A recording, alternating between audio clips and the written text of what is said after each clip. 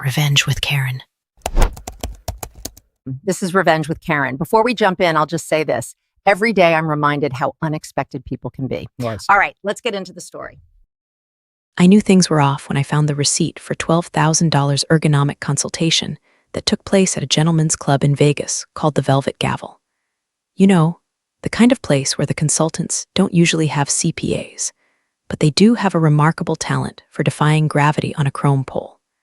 My name is Janine. I'm 42. I live in a shoebox in Tribeca that costs more than my parents' house in Denver. I have the personality of a sniper rifle, cold, precise, and usually pointing at something you're trying to hide. I'm an internal audit specialist at Hunter Tech. Sounds boring, right? That's what they bank on. They think I'm just the lady in the beige cardigan who makes sure the interns aren't stealing toner cartridges. They think I'm part of the furniture. But here's the thing about furniture. It's in the room when you're talking about the bodies you buried. Hunter Tech is one of those companies that tech bros worship. We make enterprise-level optimization software, which is corporate speak, for we charge you millions to tell you to fire your middle management. The CEO, Marcus Thorne, is a guy who looks like he was 3D printed from a composite image of every frat president who ever got away with a DUI. He's got the teeth, the tan, and the terrifying belief that rules are just suggestions for poor people. By the way, if you're into stories about corporate sociopaths getting absolutely dismantled, do me a favor and click subscribe. It helps the algorithm know that we prefer justice served cold, unlike the lukewarm office coffee I'm currently drinking. Thanks, you're the best. I've been at Hunter Tech for 7 years. In that time, I've saved them about $40 million by catching legitimate errors, double payments, vendor overcharges, the usual logistical drift. I'm good at my job. I have a photographic memory for numbers. If I see a variance of 0.04% in a quarterly report, it itches behind my eyes until I scratch it. Marcus calls me the librarian when he thinks I'm not listening. He thinks it's an insult. He forgets that librarians are the gatekeepers of information, and information is the only thing that actually matters. The atmosphere at Hunter Tech is what I call curated toxicity. Have nap pods, kombucha on tap, and an open-plan office designed to maximize collaboration and minimize privacy. Everyone smiles with too many teeth. It's a Shark Tank where everyone is pretending to be a dolphin. My office is technically a glass cube near the elevators, perfectly positioned so I can see who comes and goes. I see the 2 p.m. panic attacks. I see the assistants crying in the stairwell. And I see the expense reports. Oh, God, the expense reports. Usually, the C-suite is smart enough to hide their dirt. They have shell companies, offshore accounts, layers of plausible deniability. But Marcus had gotten lazy. That's the problem with narcissists. Eventually, they start to believe their own marketing. He thought he was untouchable because the stock price was hovering at an all-time high, and Forbes had just done a fluff piece on his morning routine, which definitely involved more Adderall than meditation. It started on a Tuesday. I was running a routine compliance check on the Q3 marketing budget. Hunter Tech had supposedly spent $4 million on brand awareness initiatives in Southeast Asia. Now, I know our marketing strategy. We don't target Southeast Asia. We target bloated American healthcare conglomerates. Why were we burning cash in Thailand? I pulled the ledger. The transactions were sloppy. Round numbers. Spends exactly $50,000 and 0 cents on consulting services. Real life has taxes. Real life has fees.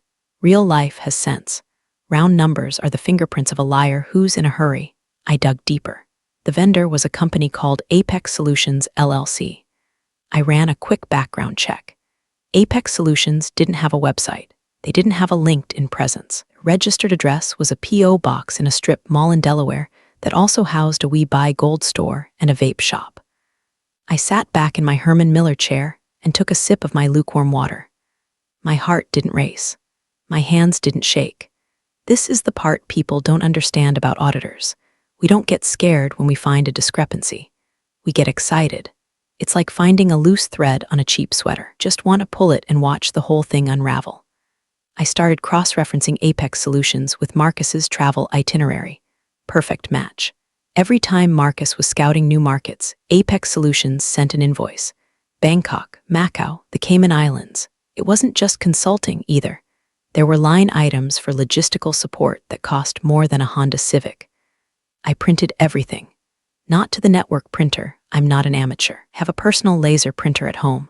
But for this, I used the old jagged machine in the basement archives that isn't connected to the main server logs. I printed stacks of spreadsheets, invoices, and travel logs. I put them in a plain manila folder. I wasn't going to blow the whistle yet. That's rookie behavior. You don't shoot at the king unless you have a nuclear warhead. I was going to follow protocol. I was going to be the good, diligent employee. I was going to give Marcus the rope. I drafted an email to the CFO, a spineless jellyfish named Greg who spent more time picking out his ties than looking at the balance sheets. The subject line was innocuous: Q3 marketing variance query. The body was polite, professional, and absolutely lethal if you knew how to read between the lines. I asked for clarification on the Apex Solutions vendor. I asked for the deliverables. Can't seem to locate the contract or the work product for these payments, I wrote. Could you point me in the right direction so I can close out the audit? I hit send. Then I waited. In the corporate world, silence is a frequency. You learn to tune into it. The silence that followed my email wasn't the silence of I'm busy. It was the silence of a bomb squad staring at a red wire. 2 days later, I got a calendar invite.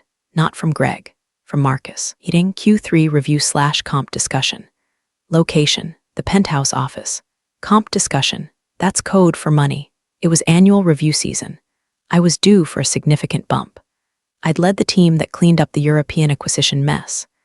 I was expecting at least a 15% raise and a fat bonus. I put on my best blazer, the charcoal one that makes me look like I prosecute war criminals, and took the elevator to the top floor. The penthouse smelled of rich mahogany and fear. Marcus was sitting behind a desk that was large enough to land a helicopter on. He didn't stand up when I walked in. He didn't smile. "Janine," he said, gesturing to a low chair that was designed to make you feel like a toddler. "Thanks for coming up." "Happy to be here, Marcus," I lied. My voice was level, calm. The voice of the librarian. "Look, let's cut to the chase," he said, leaning back and clasping his hands behind his head. A Rolex the size of a hockey puck glinted on his wrist. "Greg forwarded me your email about, what was it? Apex Solutions," I corrected, just trying to clear up some documentation gaps. Right, minor stuff. Greg's handling it. It's a legacy contract, very hush-hush R&D stuff. You know how it is. Next-gen algo development. We keep the paper trail thin for IP reasons. Bullshit. Absolute, unadulterated bullshit. You don't expense R&D through marketing budgets, and you don't pay vendors in Delaware strip malls for next-gen algos. Understood, I said. I'll still need the documentation for the SEC filings, though.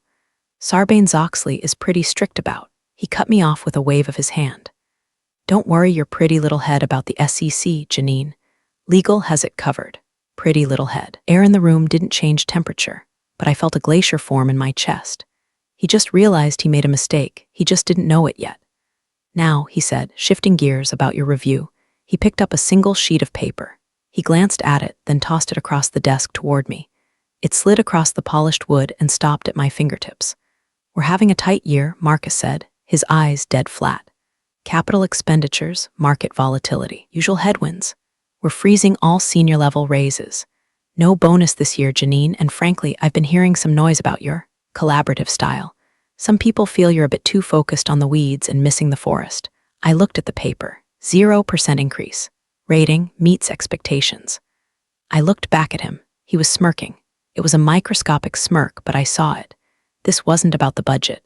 This was a warning shot. Stop digging, or I will bury your career. I see, I said. I stood up, smoothing my skirt. I didn't argue. I didn't cry. I didn't ask for clarification. Is that it? Marcus asked, looking slightly disappointed. He wanted a fight. He wanted me to beg. That's it, I said. I understand the situation perfectly, Marcus.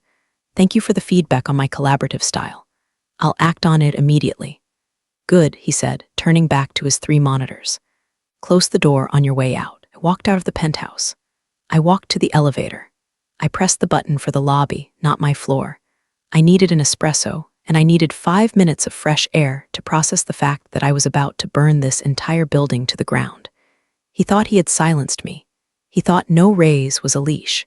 He didn't realize he had just handed me the match.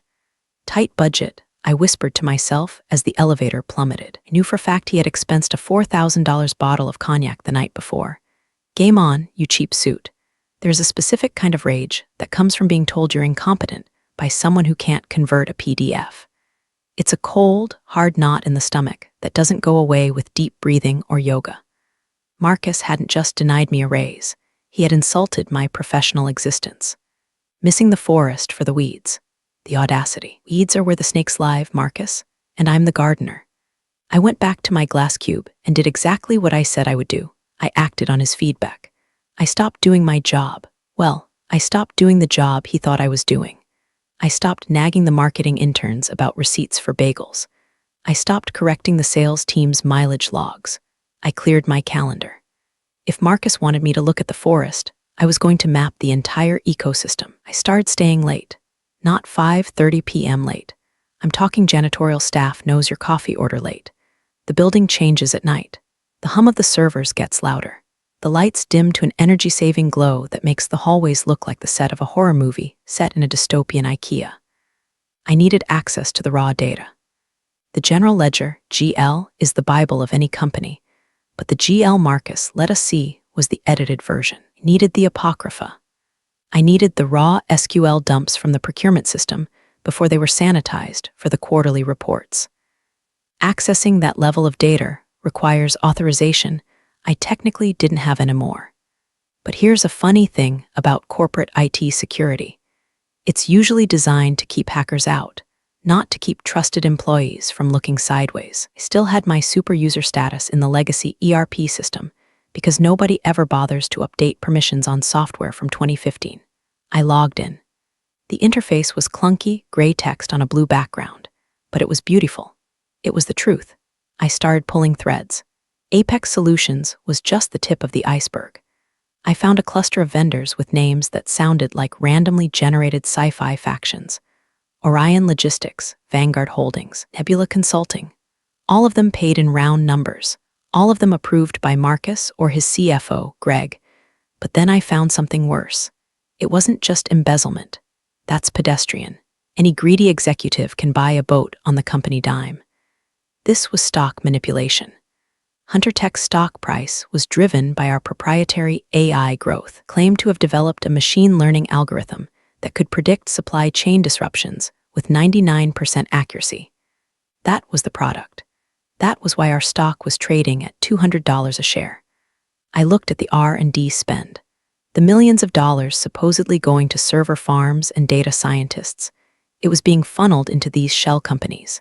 And the product, the code base, I checked the repository logs. Hadn't been a significant commit to the core engine in 8 months. The software was a shell. It was a glorified Excel macro with a pretty dashboard. The AI was smoke and mirrors. They were faking the growth metrics. They were buying their own product through shell companies to inflate revenue figures, pumping the stock, and then cashing out their options. I felt bile rise in my throat. This wasn't just stealing from the company. This was fraud on a massive scale. Pension funds held our stock. Teachers' unions, regular people trying to retire. Marcus was building a golden parachute out of their life savings. My screen blurred. I realized I hadn't blinked in minutes. Then an email pinged. 11:45 p.m. From HR no reply subject. Update on organizational structure. I opened it. A company-wide blast sent in the middle of the night to minimize immediate backlash. Standard coward tactic. Team, an effort to streamline our compliance operations and foster a more agile culture, we are restructuring the internal audit department. Effective immediately, the team will report directly to the Office of the General Counsel. We believe this synergy will allow for greater harmony. They were stripping my department's independence. By moving us under legal, they could shield everything we found under attorney-client privilege. It was a gag order disguised as a reorg. And then the kicker. A second email just to me. From Jessica, an HR subject. Your new role, hi Janine, per the new structure, your role is transitioning to Senior Compliance Analyst. You will no longer have direct access to the Level 4 financial systems. Please hand over your admin tokens to IT by end of day tomorrow. Let's focus on team harmony and moving forward. She included a smiley face emoji. Smiley face, while demoting me and stripping my tools. I looked at the timestamp. They knew I was digging. They monitored the server logs. They saw me pulling the raw data. This was the immune system of the corruption attacking the virus. I was the virus. I printed the email. I added it to the folder. My hands were shaking now, not from fear, but from adrenaline. They thought taking away my admin token would stop me. They thought demoting me would make me quit. I opened my desk drawer and pulled out a burner flash drive I kept for emergencies. I initiated a download of the entire raw SQL database. It was terabytes of data. It would take hours. I sat there in the dark, watching the progress bar crawl. 1%, 2%, harmony, I whispered to the empty room. I'll give you harmony. The cleaning crew came in around 2 a.m. A nice guy named Hector who always hummed while he vacuumed saw me staring at the screen, the blue light reflecting in my glasses. "Late night, Miss Janine?" he asked, pausing his vacuum. "Inventory, Hector," I said. "Just taking stock of what's trash and what's valuable." "Everything okay?" "Everything is perfect," I said. "Just cleaning house."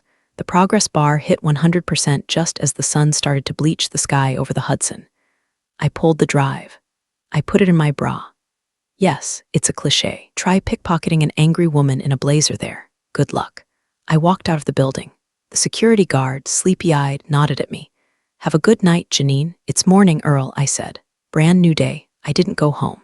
I went to a 24-hour diner on 8th Avenue, ordered scrambled eggs I didn't eat, and stared at the flash drive sitting next to the salt shaker. I had the gun. Now I needed to find someone to pull the trigger, because if I tried to do this internally, I'd be fired for gross misconduct and sued into oblivion before lunch. I needed the big guns. I called in sick the next day.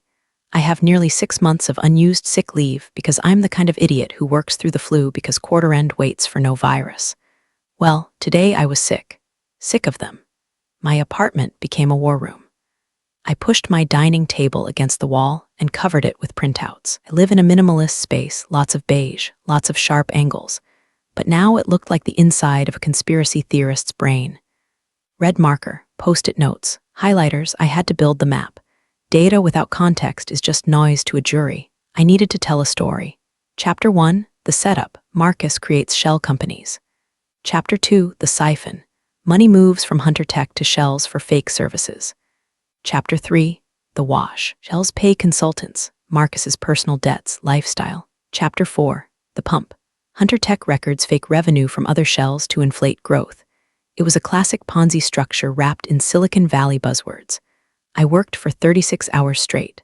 I drank enough espresso to vibrate through walls. My cat, Ledger, yes, I named my cat Ledger, shut up, sat on the table watching me with judgmental yellow eyes. He knew something was off. Usually, home at 7 p.m., we watch a documentary, and I go to bed. Now I was pacing around in sweatpants, muttering about revenue recognition principles and Sarbanes-Oxley Section 404.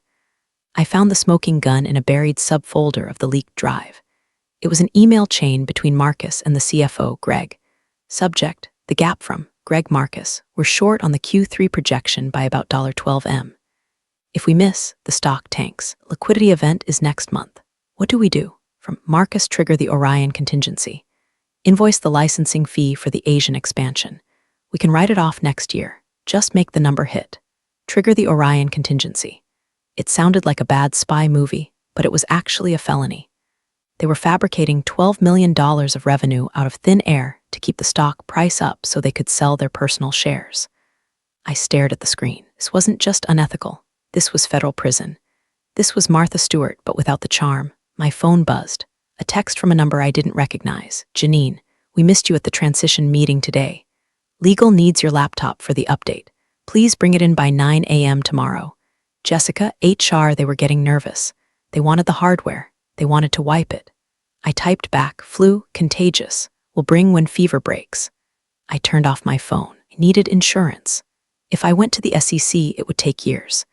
They would open an investigation, Hunter Tech would lawyer up, bury them in paper, settle for a fine without admitting guilt, and Marcus would retire to a yacht in the Mediterranean.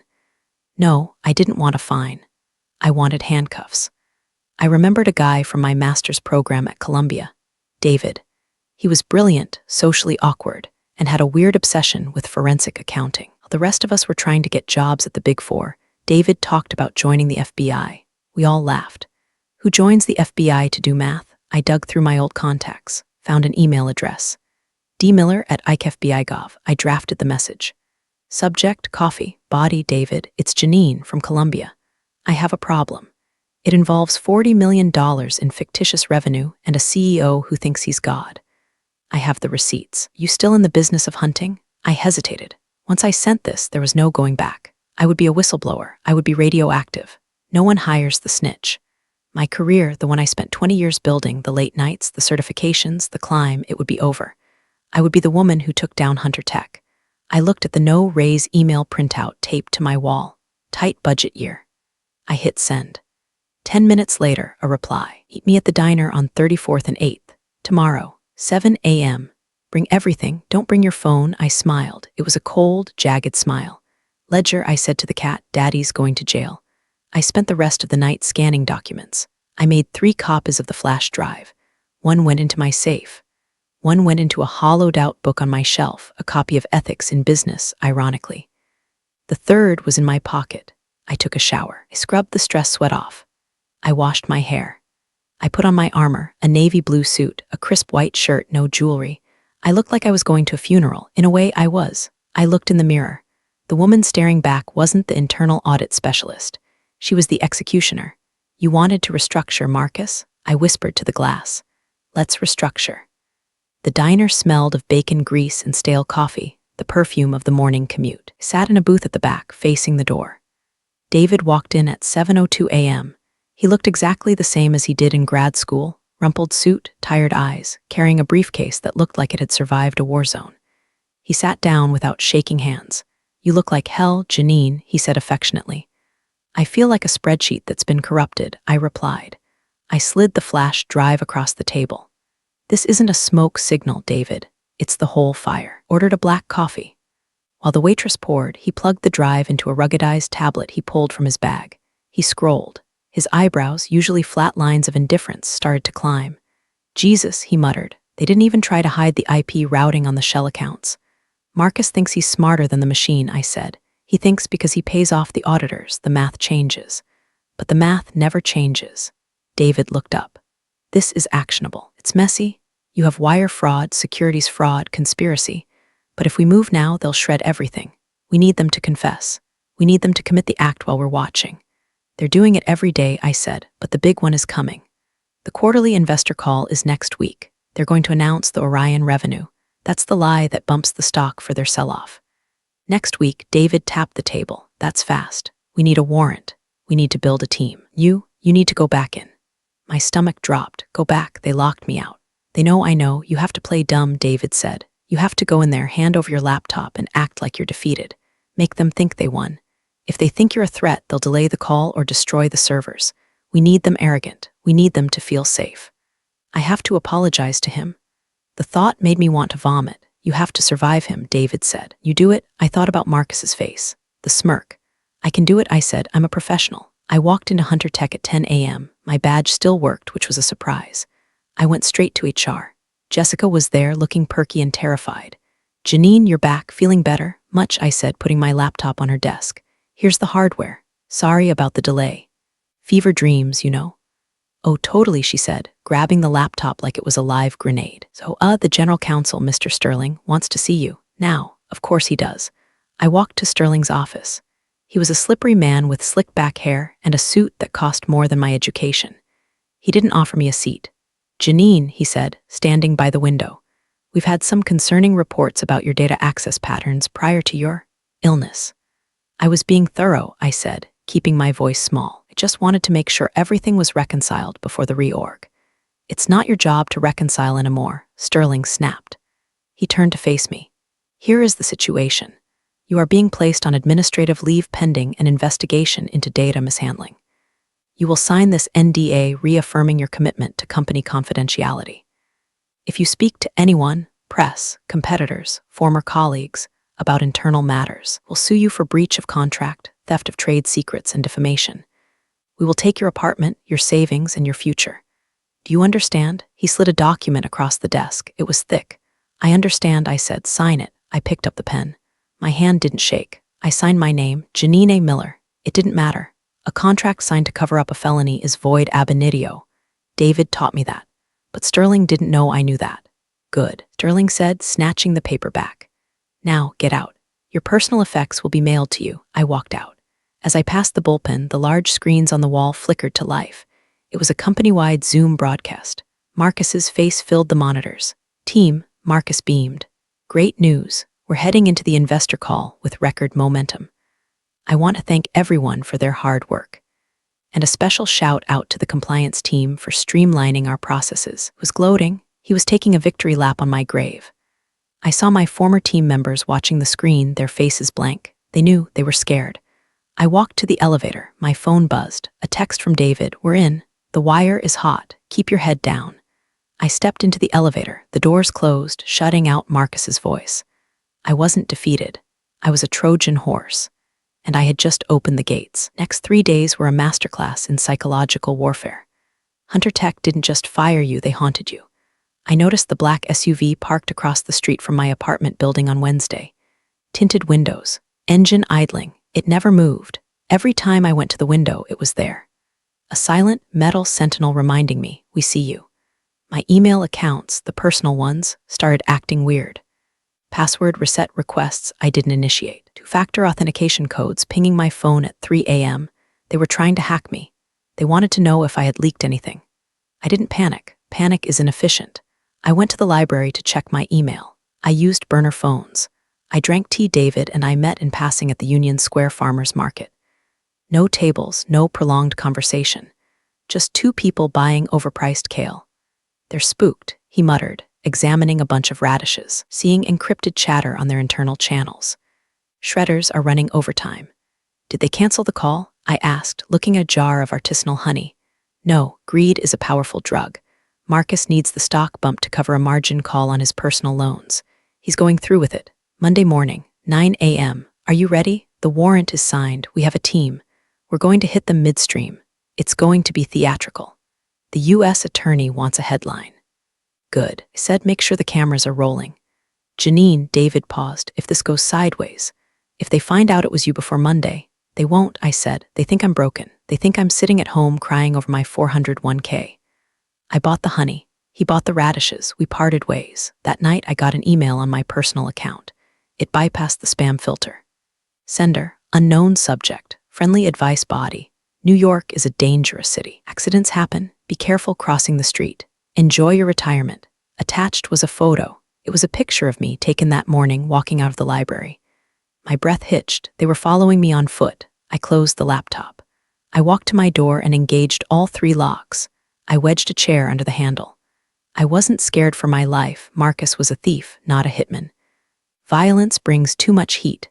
This was intimidation. Wanted me to be too terrified to talk to the SEC. I sat in the dark of my living room, the city lights casting long shadows across the floor. I thought about the thousands of employees at Hunter Tech who were about to lose their jobs, the innocent ones. The receptionists, the coders, the janitors. They were going to be collateral damage. Guilt is a heavy coat. I took it off and folded it away. I wasn't the one destroying the company. I was just the one turning on the lights. The cockroaches were the ones who made the mess. I pulled out my life after Hunter Tech file. It was empty. I had no plan for Tuesday. I had no idea who I would be when this was over. But I knew who I wouldn't be. I wouldn't be a victim. Sunday night, the eve of destruction. I poured a glass of wine. I opened my laptop, the clean one. I logged into the Hunter Tech Investor Relations portal. Since I owned shares, I had a legal right to watch the stream, registered under my maiden name, Janine K. The countdown clock on the screen ticked down. 12 hours to live broadcast. I slept like a baby, the deep, dreamless sleep of the righteous insane. Monday, 8:45 a.m. I sat at my dining table, coffee hot, laptop open. The stream went live. The production value was nauseating. They had rented a studio in Midtown. High-def cameras, dramatic lighting, a backdrop of digital clouds and soaring stock graphs. Upbeat techno music pumped through my speakers, the kind of music that sounds like it was written by an algorithm to induce optimism. The chat room on the side of the screen was scrolling fast. Investor Guy 88, to the moon. Crypto King, buying the dip. Tech Watch. Rumors of the Orion revenue are huge. They were sheep. And the wolf was about to walk on stage. At 9 o'clock a.m. sharp, Marcus Thorne walked out. He looked like $1 million, which was ironic, considering he was stealing 50 times that. Navy suit, no tie, crisp white shirt unbuttoned at the collar, the casual visionary look. He flashed that blinding, cap-toothed smile. "Good morning, everyone," he said, his voice smooth as silk. "Thank you for joining us. Today is a historic day for Hunter Tech." I took a sip of coffee. "You have no idea, Marcus." He started his slide deck. It was a masterpiece of fiction. Growth, synergy, paradigm shift. Click to the slide titled Q3 Financial Highlights. "As you can see," Marcus said, gesturing to a bar graph that shot upward like a rocket, "our revenue has exceeded expectations by 20%. This is largely driven by our breakthrough Orion initiative in the Asian markets." There it was, the lie, spoken into a microphone, recorded for eternity. The moment he said those words, the crime was complete. He had misled investors. He had committed securities fraud on a live feed. I looked at my phone. 9:08 a.m. I texted David, he said it, go. On screen, Marcus was pacing the stage, energized. "We're not just a software company," he preached. "We are an ecosystem of truth. We provide the transparency that the modern market demands. Transparency." The irony was so thick you could choke on it. And to our critics, Marcus chuckled, to those who said we couldn't scale. "Well, numbers don't lie." "No, Marcus," I said to the screen. "Numbers never lie, people do." I watched the edge of the frame. I was looking for movement. Marcus was answering a pre-screened question from a shareholder. "Great question, Steve. Yes, our retention rates are..." He stopped. His eyes flicked to the left, off camera. His smile faltered for a fraction of a second. He looked confused. "I'm sorry," he said to the camera. "We have a bit of a disruption in the studio." Thought it was a PA with a coffee order or a technical glitch. He didn't see the windbreaker yet, then I heard it. Faintly, through his lapel mic. "Federal agents, nobody move." The audio engineer must have been in shock because he didn't cut the feed, or maybe he was one of the people Marcus had screwed over too. Maybe he let it roll. Marcus's face went pale. The tan drained away, leaving him looking like gray dough. "What is this?" he stammered. "You're live, get out of here." A figure stepped into the frame. A large man, blue jacket, yellow letters, FBI, Marcus Thorne, the agent barked. "Step away from the podium. Hands where I can see them." The chat room froze, then it exploded. "WTF, is this a skit?" Sell, Marcus tried to bluff. "Do you know who I am? This is a private broadcast. I'll have your badge." "You have the right to remain silent," the agent said, grabbing Marcus's wrist and spinning him around. The camera zoomed in. Not intentionally, it was on autofocus, tracking the subject. The subject was now Marcus Thorne getting his face pressed against a fake digital cloud backdrop. I saw the handcuffs click. Click, click, the most beautiful sound in the world. "Turn it off," Marcus screamed, his voice cracking. "Cut the feed. Greg, call Sterling." Another agent walked onto the stage and looked directly into the camera lens. Reached out. The screen went black, stream offline. I sat in my apartment. The silence was deafening. I put down my coffee cup. I let out a breath I had been holding for 3 years. It wasn't a cheer. It wasn't a laugh. It was just release. Then my phone exploded. The stock didn't just drop, it cratered. By 9:30 a.m., trading on Hunter Tech was halted by the Nasdaq. It had plummeted 60% in 12 minutes. Billions of dollars in market cap evaporated. My phone was vibrating so hard it was dancing across the table. Texts from former colleagues. "Did you see? OMG, Marcus arrested. Are we fired? Janine, did you know?" I didn't answer. I couldn't. I turned on CNBC. The breaking news banner was blood red. They were playing the clip on a loop, Marcus's terrified face. The handcuffs, the agent. The pundits were screaming. Enron-level event. Massive fraud. Who was the whistleblower? That was the question. Who? I knew my name would come out eventually. The court documents would be public, cooperating witness one. But for now, I was a ghost. I poured another glass of wine. It was 9:45 a.m. Who cares? I was unemployed. Then a knock at my door. Not the police, not a delivery. A frantic, pounding knock. I looked through the peephole. It was Sterling, the general counsel. He looked like he had run all the way from Midtown. His tie was loose, his hair wild. "Janine, I know you're in there," he shouted. "Open the goddamn door. He shouldn't be here. He should be shredding documents or calling criminal defense lawyers." Why was he at my apartment? I left the chain on and opened the door 2 inches. "Go away, Sterling, or I call the agents who currently have your boss." "You did this," he hissed, his eyes manic. "We know it was you. The data logs, the late nights, you bitch." "I did my job," I said coldly. "Something you forgot to do. You signed an NDA," he screamed, spitting on my doorframe. "We will sue you until you're living in a cardboard box. You destroyed everything." The NDA covers company secrets, I said, my voice steady. It doesn't cover crimes. Void against public policy. Look it up. He slammed his hand against the door. You think you've won? You're unhireable. You're poison. No one touches a snitch, Janine. You're done in this town. Maybe, I said. But at least I'm not in a holding cell. Goodbye, Sterling. I slammed the door. I locked the deadbolt. My hands were shaking now. He was right. I was poison. I had nuked my own industry. No board would ever trust me again. She's the one who calls the FBI. I slid down the door until I hit the floor. I was alone. The adrenaline was fading, leaving a hollow ache. I had won, but I had also lost everything that defined me for 20 years. My status, my identity. I looked at Ledger the cat. He licked his paw unimpressed. Well, I said, I guess I'm retired. My phone buzzed again, a text from David. We got the backups. The flash drive you gave us matched the servers. It's a slam dunk. Marcus is singing. He's trying to blame Greg. Greg is blaming Marcus. It's a circular firing squad. Good work, Janine. Good work. I closed my eyes. It didn't feel good. It felt like burning down a house to kill the termites. Necessary, but you still end up standing in the ashes. I stood up. I needed to leave. I couldn't be in this apartment with Sterling banging on doors and the news trucks starting to circle.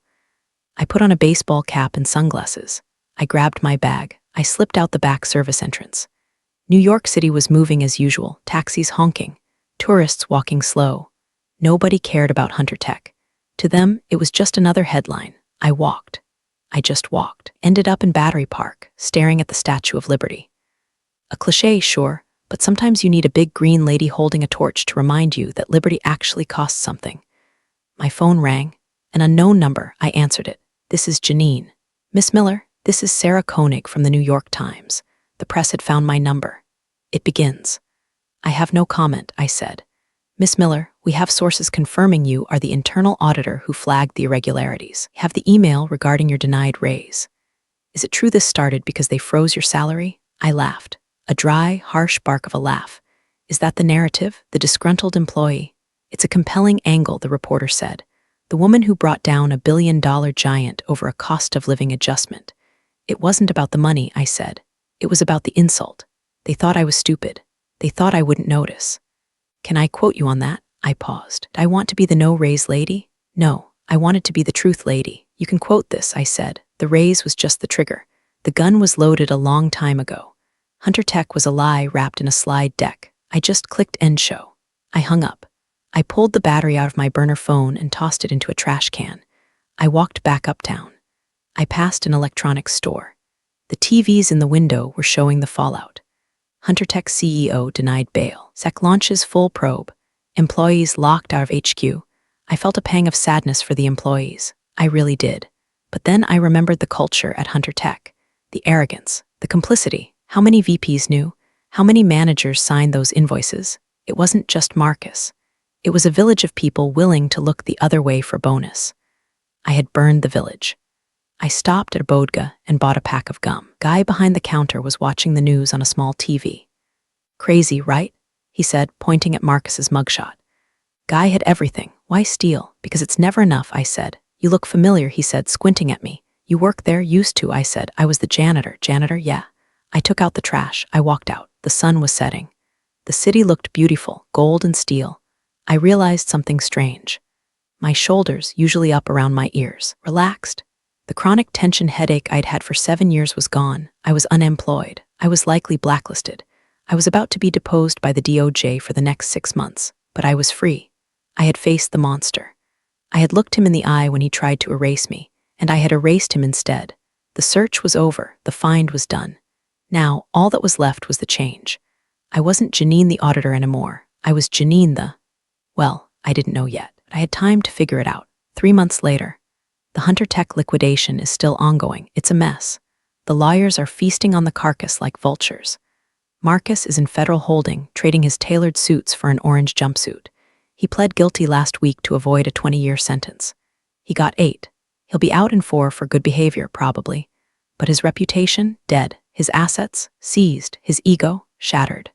Sterling, the general counsel, got disbarred. Turns out threatening a whistleblower is frowned upon by the ethics committee. Who knew? And me? I'm sitting in a cafe in Tribeca, the expensive one. I ordered the $16 cappuccino with the oat milk and the lavender syrup. Why? Because I can. I didn't get a raise. I didn't get a severance package. But I did get something better. The SEC has a whistleblower reward program. Did you know that? If your tip leads to a successful enforcement action, resulting in sanctions over $1 million, the whistleblower is entitled to 10 to 30% of the money collected. Hunter Tech was fined $150 million. Marcus was fined $20 million personally. Do the math. I'm good at math. The check hasn't cleared yet. Government bureaucracy moves slower than a glacier, but it's coming. And when it does, I'm not buying a yacht. I'm not buying a penthouse. I'm going to buy a small bookstore in Vermont. I'm going to name it the Audit, and I'm going to spend the rest of my life organizing books and judging people's taste in literature. My phone buzzes. It's a LinkedIn notification. Recruiter, hi Janine, I see you're open to work. We have a head of compliance role at a crypto startup. I laugh. I delete the app. No more compliance. No more startups. No more synergy. I reach into my bag and pull out a small USB drive. The original one, the one that started it all. I hold it up to the light. It's just plastic and silicon. But it took down a giant. I leave it on the table, a little tip for the busboy. Maybe he'll plug it in and learn how to dismantle an empire. Probably he'll just wipe it and put pirated movies on it. Either way, I'm done with it. I take a sip of my overpriced coffee. It tastes like victory. Moral of the story? If you're going to screw over the person who knows where the bodies are buried, make sure you pay them enough to keep digging the hole. Marcus forgot the golden rule: the help sees everything. And sometimes, the help decides to stop helping. I put on my sunglasses. I walk out into the New York afternoon. I don't have a job. I don't have a career. But I have a hell of a story for Reddit. Tight budget year, I whisper, smiling at the sky. Not for me, Marcus. Not for me.